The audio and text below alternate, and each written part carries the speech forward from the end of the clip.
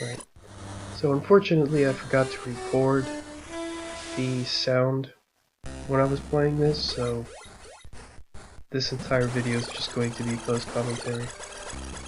Although I doubt anyone watching this really cares. I have no idea what the point of that water is, why it's different from all the other water in the game, and why it's so... and why it's such an obstacle to jump out of.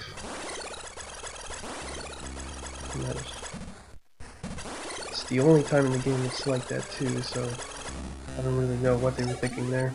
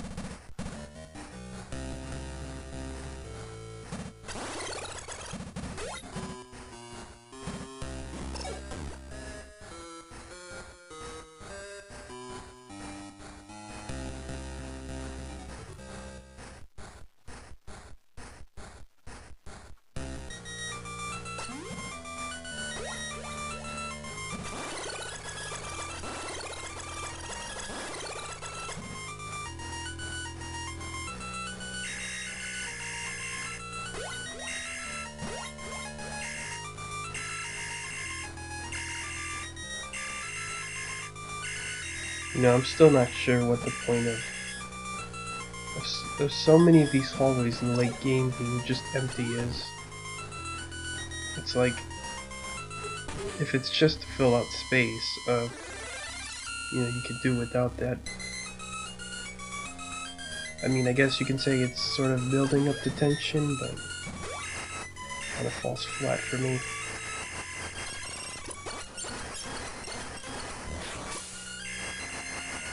Now that we're up to the section with the Metroids, one extremely annoying thing that they can do is this right here, where they sort of just teleport right onto you. Or the fact that they have the tendency to not come off even when you're using the morph ball bomb. So I don't know, they're just a really finicky enemy. Also, for some reason, they got stingy with the Metroids in this game, so they don't drop missile or health refills like they did in the first one.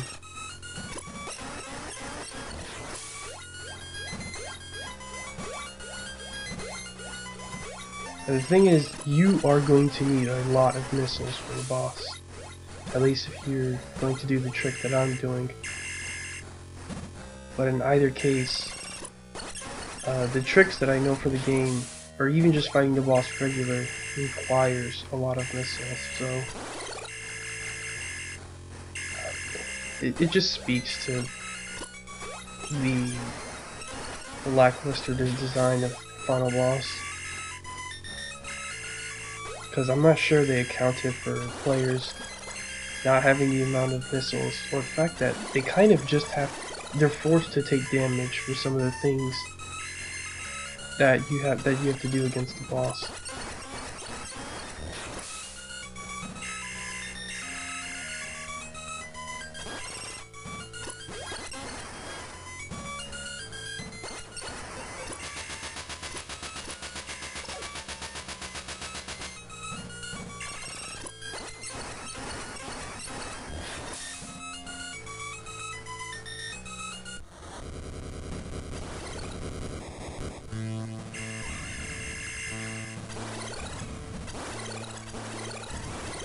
want you to take note of how many missiles I have here.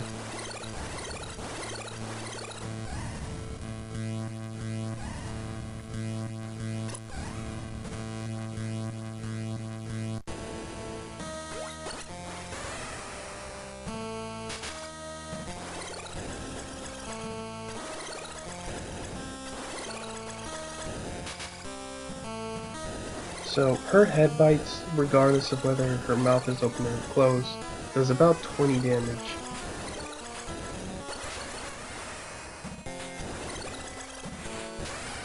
And that's the thing, because you kind of have to just...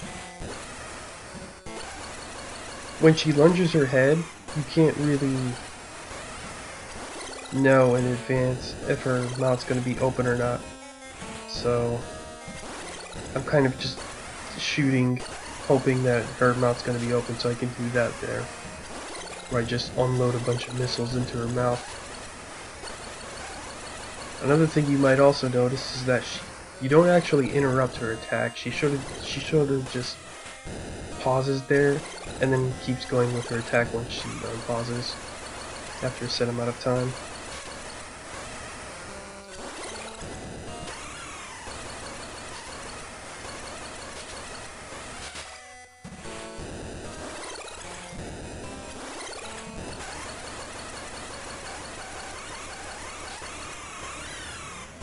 With that trick though, there is a way to do that without taking, damage, but the point is, look at how many missiles I have.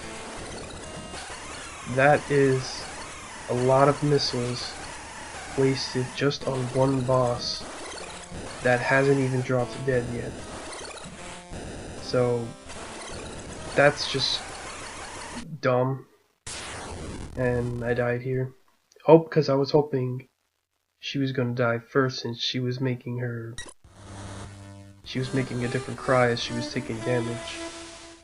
Which normally is a good indicator for bosses being at low health, but even there she was still able to take another 20 missiles down her throat. And yeah, that's what I mean about the water there being weird, is that you can't even spider ball up it, and it's the only water in the entire game that's like this, so I really don't get what's the purpose of it. I guess to force you to space jump, but why didn't they do that at any point sooner? It sort of just comes out of nowhere, and it's the thing that it not only comes out of nowhere, but it's at the very end of the game. You never see it again. You never see it at any other point in the game.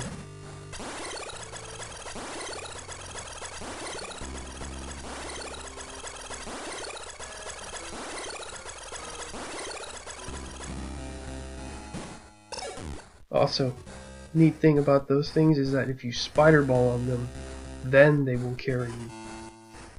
For some reason, attaching yourselves to them doesn't make them fall, but standing on them regular does.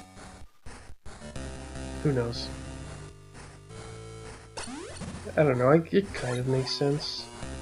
You can fill in the gaps for why that makes sense. Like the spider ball makes you like it's like magnetic or something, and it's not that heavy.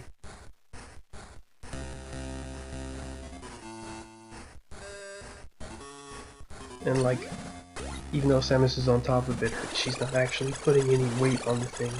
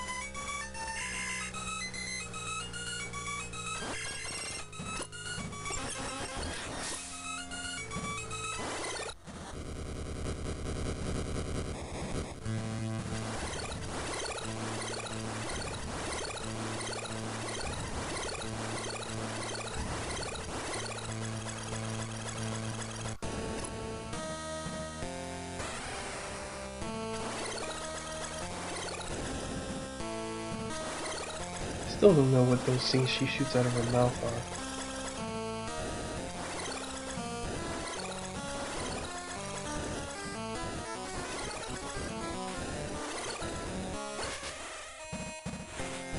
That's what I mean about having to guess when her mouth's gonna be open. Oh yeah, I decided this time I might as well try out the morph ball trick. What it is that you can morph ball in her mouth, and if you get it right, you can bomb her belly. I think I managed to get it right once during this fight, but I decided not to do it again.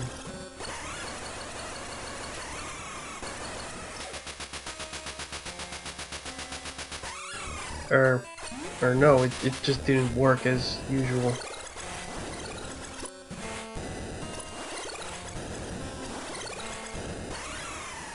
So yeah.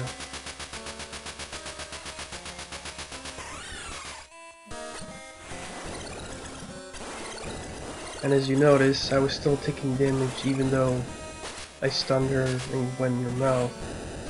So yeah, had to make a retreat here. So if you plan to kill her that way, which is probably the faster one, you're still going to be forced to take damage, and hopefully you got the energy tanks you need for that, because that is another issue that comes up with this fight. Because as you saw, her normal bites do 20, or regardless of normal bite, just being in her mouth is enough to drain almost a whole energy tank, even with the various suit.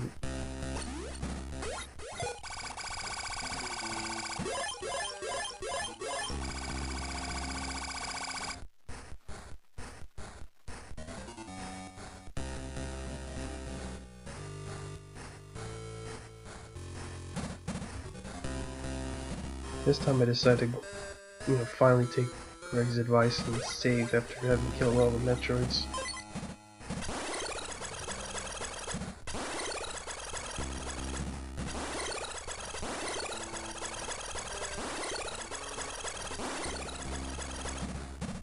Anyways, I don't think it should be a mystery to anyone watching why this last section here it's just not well designed.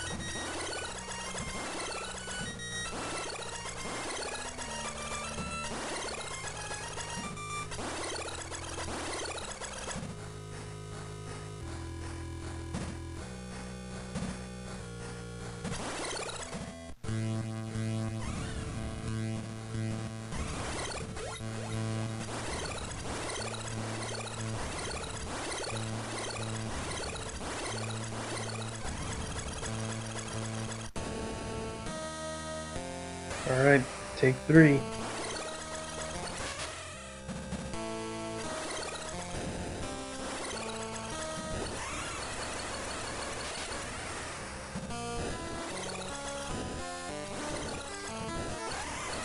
If I didn't already say this before, doing that method where you just launch like 50 missiles into her mouth you can do that without taking damage, but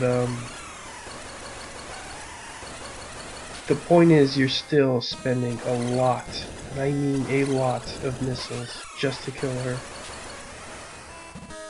Like, I started with 210 and I'm already down to 140 and she's still not dead.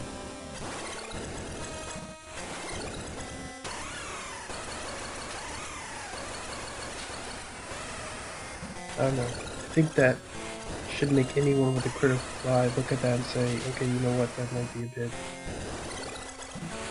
That's a bit questionable.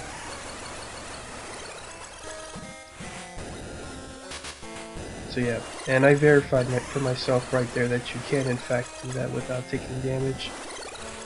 Although it takes a lot longer, and you can actually get in a lot more hits just by taking one yourself, so I guess you can call that a quasi-counter.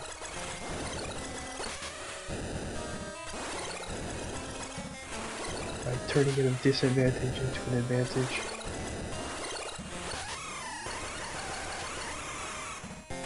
Wow, look at that, I'm already down to 77 missiles.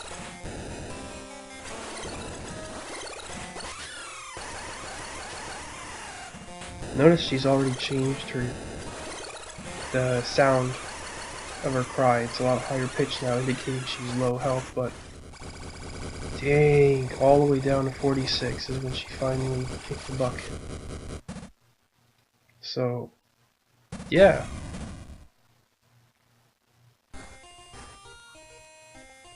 Anyways, this is a neat section here.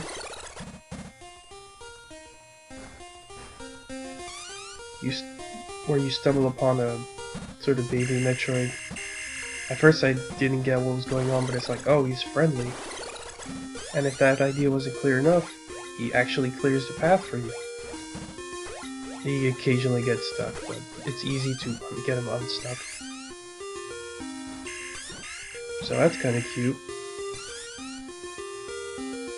Not only that, but not sure why this Metroid's so friendly. I guess get them when they're young and they're like a dog. But anyways. Oh yeah, I was gonna say that I think those gem-looking things might be like the Metroid's food or something. I don't know.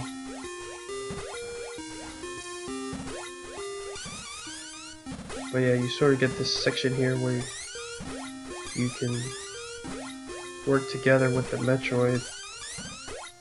And wow, that's a phrase you wouldn't expect something to come out of your mouth when playing this game. Getting help from a Metroid.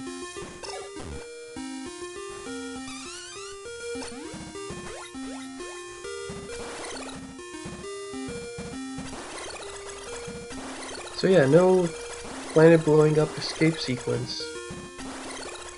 I guess that's not as big as a trend in Metroid as I thought it was.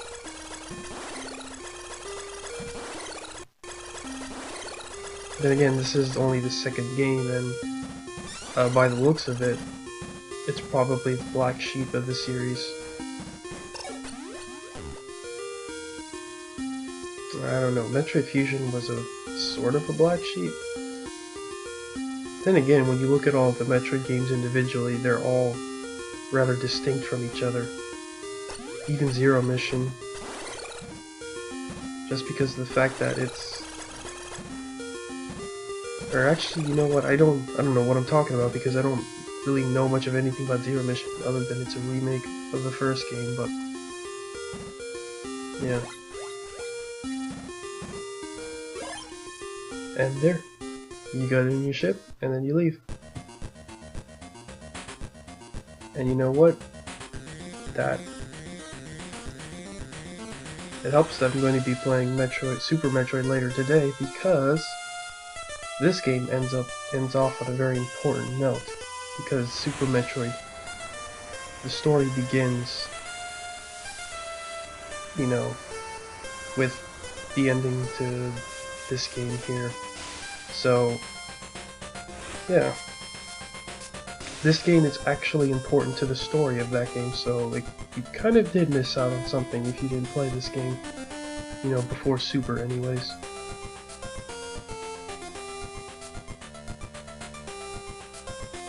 Anyways, here are the credits here that, for whatever reason, I'm not reading.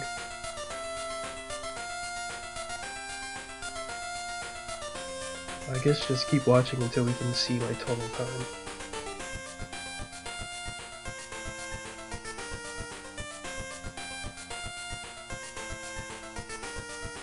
Anyways, I haven't even finished the first Metroid analysis.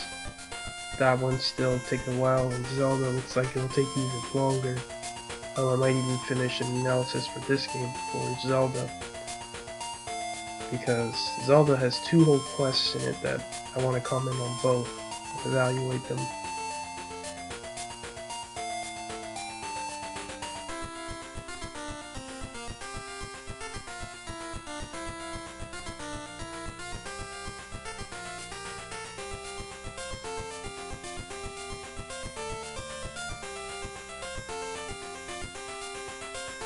I was kind of looking forward to a new Metroid at E3, but oh well. They kind of faked me out with that X game because it almost has like, you know, the visor with the text going across it, like in Metroid Prime. Anyway, 6 hours and 1 minute.